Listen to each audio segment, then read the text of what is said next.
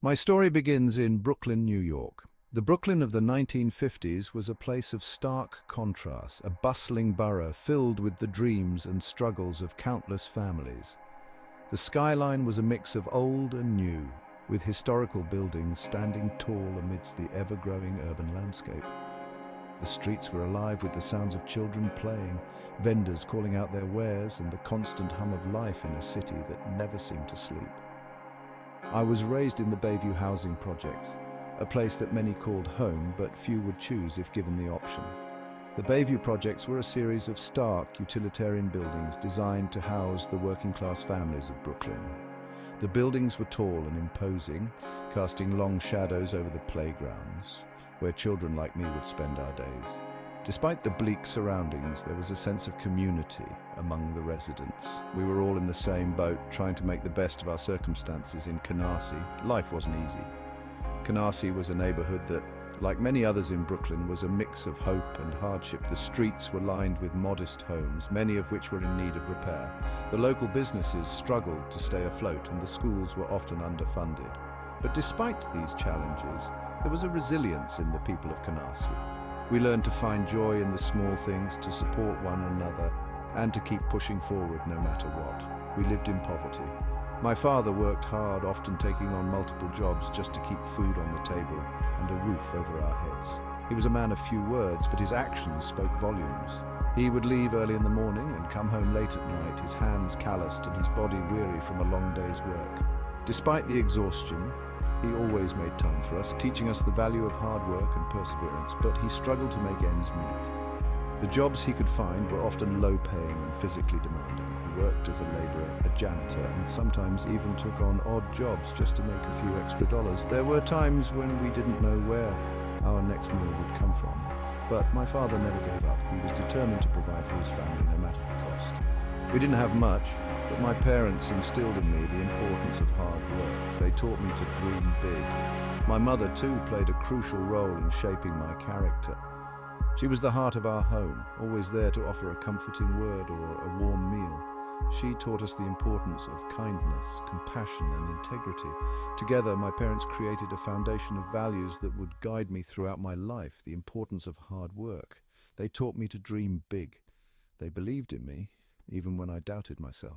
They would often tell me stories of people who had overcome great odds to achieve their dreams, reminding me that anything was possible if I was willing to work for it.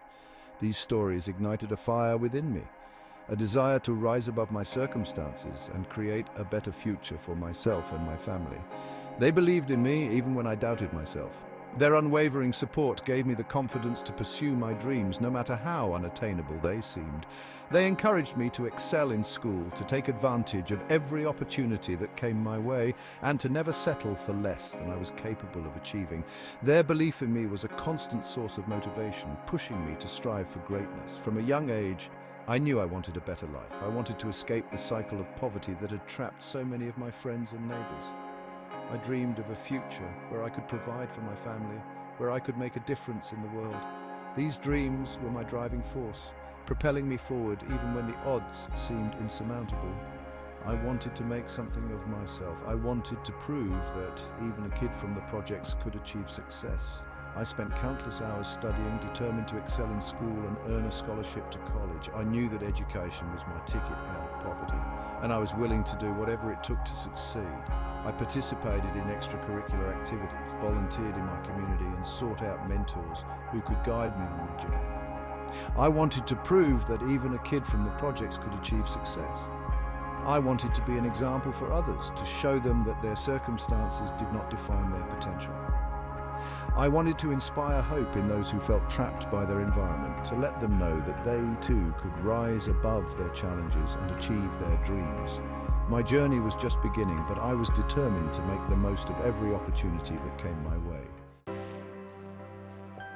Growing up in the projects presented many challenges. We faced poverty, limited opportunities, and a constant sense of struggle. The environment was tough, and every day felt like a battle for survival. The streets were often filled with despair, and the future seemed uncertain. But amidst the hardship, there was a glimmer of hope, a belief that things could change if we worked hard enough. The community around us was tight-knit, and despite the difficulties, there was a sense of solidarity. Families supported each other, sharing whatever little they had. This sense of community was a source of strength, but it also highlighted the stark reality of our situation. We were all in the same boat, struggling to make ends meet, dreaming of a better life. But these challenges also fueled my determination. I knew that if I wanted to change my circumstances, I had to work harder than anyone else. I had to be relentless in my pursuit of success. The adversity I faced became a driving force, pushing me to strive for more, to never settle for less. It was this determination that set me apart, that gave me the strength to keep going even when things seemed impossible. I knew that education was the key to breaking free from poverty. It was the one thing that could open doors to new opportunities, that could provide a path to a better future. I threw myself into my study, determined to excel. I spent countless hours in the library, poring over books, absorbing as much knowledge as I could. Education became my refuge, my escape from the harsh realities of life in the projects.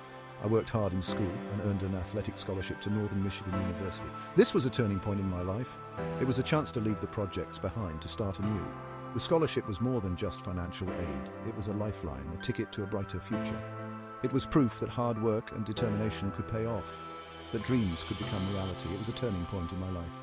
College opened up a world of possibilities. It was a place where I could reinvent myself, where I could explore new interests and discover my true potential. The campus was a vibrant community filled with people from all walks of life, each with their own stories and dreams. It was a place of learning, of growth, of endless possibilities. College opened up a world of possibilities. It was a place where I could reinvent myself, where I could explore new interests and discover my true potential. The campus was a vibrant community, filled with people from all walks of life, each with their own stories and dreams. It was a place of learning, of growth, of endless possibilities. It exposed me to new ideas and people from different backgrounds. I met students from different countries with different perspectives and experiences. These interactions broadened my horizons, challenged my assumptions, and helped me grow as a person. I learned to appreciate diversity, to value different viewpoints, and to see the world in a new light. College was not just about academics. It was about becoming a well-rounded individual, ready to take on the world. It was during this time that I began to believe in my own potential. I realized that I was capable of achieving great things, that my background did not define me. I was more than just a kid from the projects. I was a person with dreams, with ambitions, with the power to shape my own destiny. Graduation was not the end. It was just the beginning of a new journey, a journey filled with endless possibilities and opportunities. It was a testament to the power of perseverance, of hard work, of never giving up, no matter the odds. After college, I started working for Xerox. It was a good job, but I felt unfulfilled. I knew there was something more I wanted to do with my life. One day I walked into a small coffee shop called Starbucks. I was immediately captivated by the aroma of fresh roasted coffee beans and the warm, inviting atmosphere. I'd never tasted coffee like that before. It was a revelation.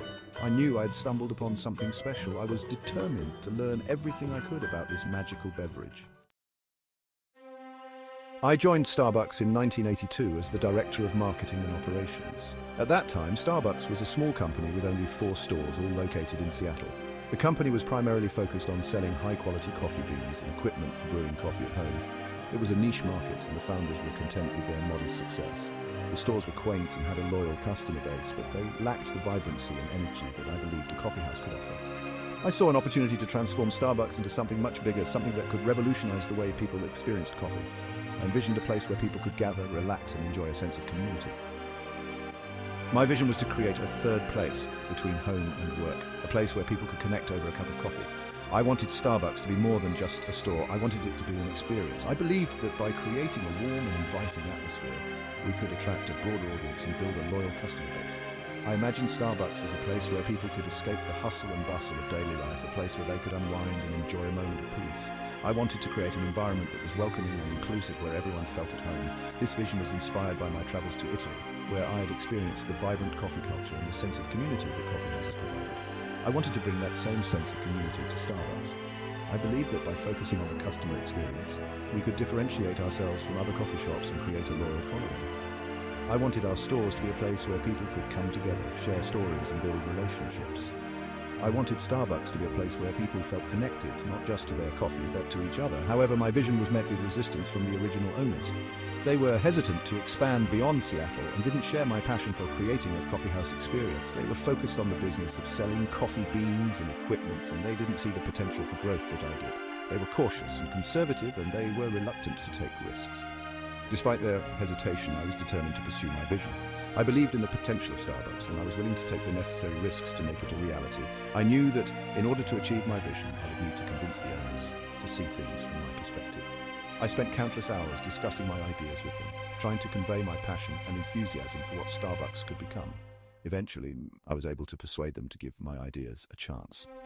We began to experiment with creating a more inviting atmosphere in our stores, adding comfortable seating and encouraging customers to stay and enjoy their coffee. We also started to focus more on the quality of our beverages, training our baristas to craft the perfect cup of coffee. These changes were well received by our customers, and we began to see an increase in foot traffic and sales. As we continued to refine our concept, we started to expand beyond Seattle. We opened new stores in other cities, and each new location was met with enthusiasm and excitement. People were drawn to the unique experience that Starbucks offered, and our customer base continued to grow. We were no longer just a small company selling coffee beans. We were becoming a cultural phenomenon. Over the years, Starbucks has grown into a global brand with thousands of stores around the world. But at its core, the company remains true to the vision that I had all those years ago. We continue to focus on creating a welcoming and inclusive environment where people can come together and connect over a cup of coffee. We strive to make a positive impact in the communities we serve, and we are committed to providing our customers with the highest quality coffee and the best possible experience. The journey of transforming Starbucks has been challenging, but it has also been incredibly rewarding. It has been a testament to the power of vision, determination, and the belief that a small idea can grow into something extraordinary. Today, Starbucks is more than just a coffee shop. It is a place where people come to feel connected, inspired, and part of a community. And that, to me, is the true essence of what Starbucks is all about.